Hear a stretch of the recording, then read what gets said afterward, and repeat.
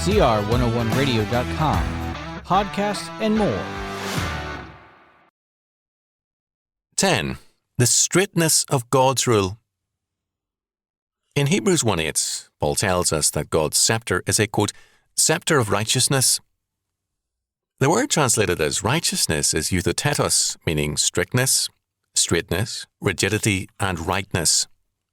It's not the usual word for righteousness or justice, but a stern and severe word that implies what Malachi 3:6 tells us. Quote, I am the Lord, I change not. It means that God, quote, is the enemy of looseness and compromise with evil, end quote, as Ernest Gordon said. For too long, many people have regarded God as an indulgent grandfather whose children can do no wrong. As a result, we have a sentimental and flabby church which, despite the number of people in it, is too often impotent and irrelevant. We need to remember that the Puritans were only 4% of the population when they commanded England. Because they saw God as a Lord of unchanging straightness, they gave God the same kind of service.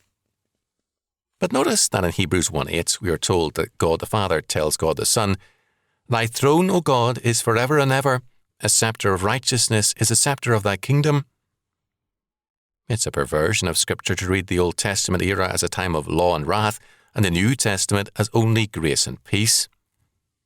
The triune God is the same yesterday, today, and forever, and His grace as well as His stern straightness are always unchanging.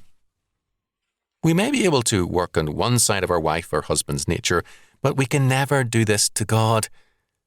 At all times, we are confronted by the whole of God, who knows everything about us. He is the enemy of looseness and compromise.